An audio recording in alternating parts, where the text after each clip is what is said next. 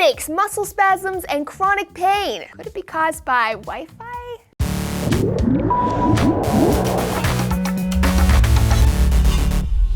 Hey everyone, Laci Green here for D News. 5% of Americans say that Wi-Fi, cell phones, and electronics make them sick. And since Wi-Fi is like everywhere, a few are even fleeing to the mountains of the Appalachia to get away from it all. It seems strange, but maybe there's something to it. Let's take a look at the science behind the madness. Wi-Fi, cell phones, microwaves, radios, they all emit electromagnetic radiation, which maybe sounds friggin' scary, but it's not. It's not the same type of radiation you hear when you hear about X-rays and nuclear bombs, which can cause badness like disfiguration and cancer.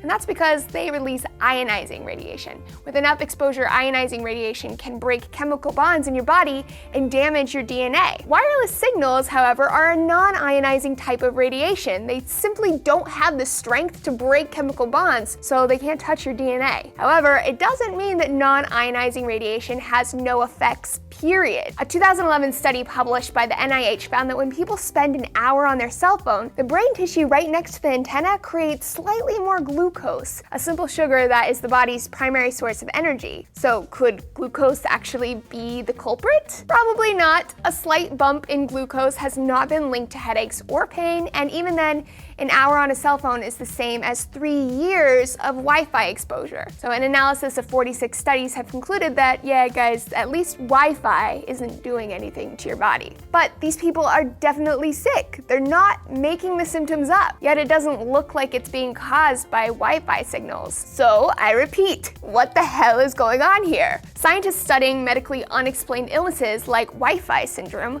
claim that the data suggests that this is a case of the Nocebo Effect. A few weeks ago, Trace and I did a video on the placebo effect, where you give someone a sugar pill and tell them it's medicine and they actually feel better.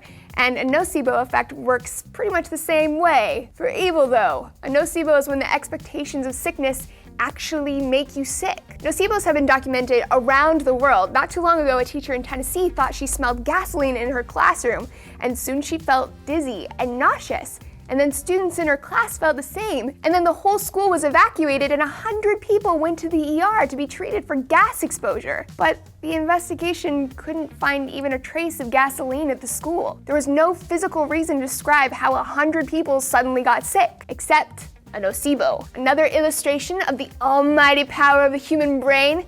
It dupes even itself. And so far, at least, the nocebo effect seems to be the best scientific explanation we have for Wi-Fi sickness. So let me know your guys' thoughts on Wi-Fi syndrome down below, and don't forget to add our Facebook for more D News.